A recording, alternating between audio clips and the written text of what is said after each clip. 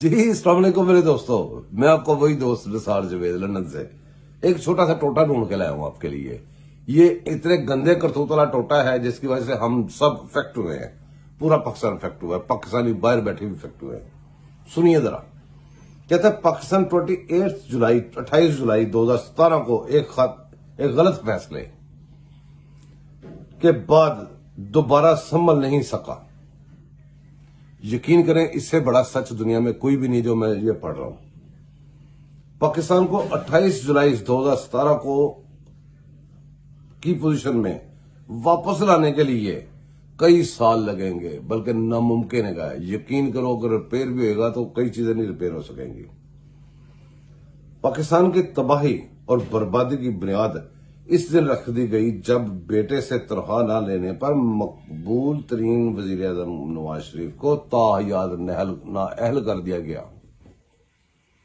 नहल इन्होंने नवाज शरीफ को नहीं किया, इन्होंने पाकिस्तान को किया, पाकिस्तानियों को किया। और आज तक इसका जो असरात है पूरी कौम के ऊपर है और पूरी कौम भुगत रही है। इसका एक ही इलाज है, वो किसी ने करना नहीं है। वो जिस दिन वो इलाज शुरू हो जाएगा हमारा मुल्क बच जाएगा। इसका एक ही इलाज है कि जो मैंने आपको डेट बताई है, ये 28 जुलाई 2017, इससे पहले पाकिस्तान जिस पोजीशन पे था, जो बंदा जहां पे था वहीं पे कर दें। और वहां से लेके आज तक जिन बंदों के कुत्ते किरदार की वजह से पाकिस्तान का बेड़ा गर्क हुआ है, सबको जेलों में डालें, सबके रिश्तेदारों की भी और उनकी, क्योंकि रिश्तेदारों के नामों पे ये प्रॉपर्टी बनाते हैं।